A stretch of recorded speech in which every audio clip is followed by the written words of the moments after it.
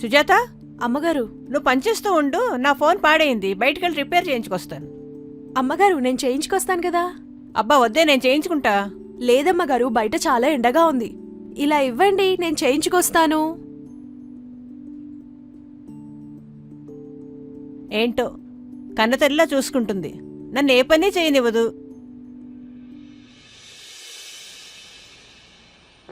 Hello, ఎక్కడున్నావు? అయితే తొందరగా అమ్మగారి ఇంటికొచ్చేయి. అమ్మగారిది ఫోన్ పాడైంది, చేయించాలి. ఎంతవుతుంది?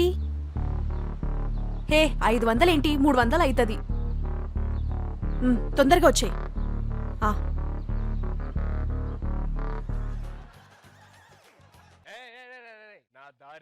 ఇదిగోండి అమ్మగారు.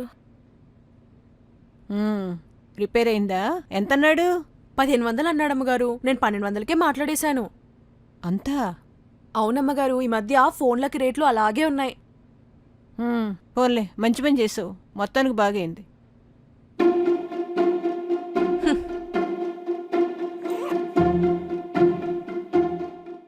ఇదిగో, నేను పని అయిపోయాక వెళ్ళి ఇచ్చేస్తానమ్మగారు. అలాగే.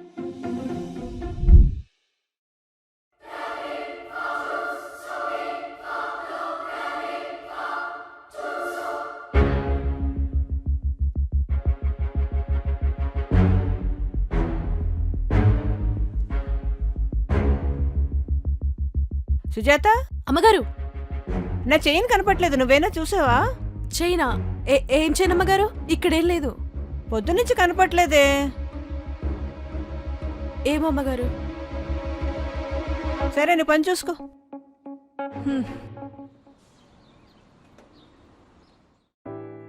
అవునరా, మీరందరూ ఆఫీస్ పనిలో బిజీగా ఉంటున్నారు.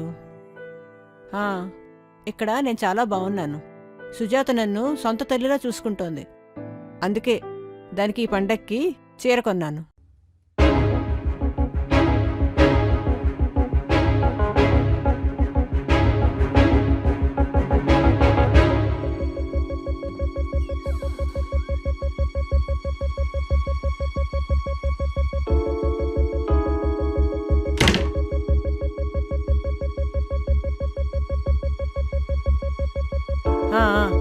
అలాగే.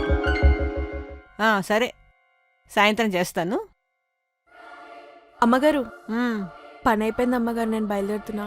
నేను పని మానేస్తున్నాను అమ్మగారు. మానేస్తున్నావా? అవునమ్మగారు. ఏమైంది? అది నేను ఒక అతన్ని ప్రేమించానమ్మగారు. నన్ను దుబాయ్ తీసుకెళ్లి మహారాణిలా చూసుకుంటానన్నాడు.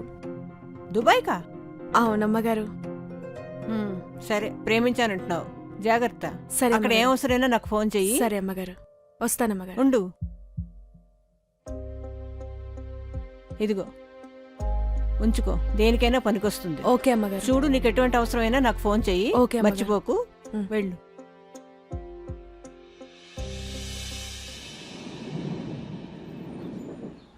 అవునండి, కారు ట్రబుల్ ఇచ్చింది. ఇల్లు దగ్గరే కదా, ఒక 5 నిమిషాల్లో వచ్చేస్తాను. ఉంటా.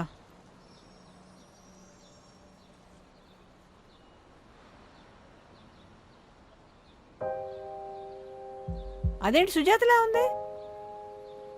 సుజాత, అమ్మగారు, నువ్వేంటి ఇక్కడ? దుబాయ్ వెళ్ళలేదా? నన్ను క్షమించండి అమ్మగారు. ఏమైంది? నన్ను పెళ్లి చేసుకుని దుబాయ్ తీసుకెళ్తా అని చెప్పి నా దగ్గర డబ్బులు తీసుకుని నన్ను మోసం చేసి వెళ్ళిపోయాడు అమ్మగారు. అయ్యో, నువ్వు నా దగ్గర రాపోయావా? వద్దమ్మగారు, నేను మిమ్మల్ని చాలా మోసం చేశాను. మీ దగ్గర డబ్బులు దొంగతనం చేశాను అమ్మగారు నేను. అవన్నీ నాకు తెలుసు. కాకపోతే నువ్వు నన్ను సొంత తల్లిలా చూసుకున్నావు. అందుకే నీ సంతోషం నేను ఎప్పుడూ కాదనలేదు. మీరు నన్ను సొంత కూతుర్లా చూసుకున్నారమ్మగారు. నాకే అర్థం కాలేదు. అబ్బా, అవన్నీ వదిలే, పద వెళదాం. వద్దమ్మగారు, నాకు అర్హత లేదమ్మగారు. చూడు సుజాత, నాకే కనుక కూతురుని తప్పు చేస్తే ఇలా నడి రోడ్డును వదిలేస్తానా? నువ్వు నా కూతురు లాంటిదానివి. పద, ఇవన్నీ మర్చిపో. నా నన్ను క్షమించండి. అబ్బా, నువ్వు రావే.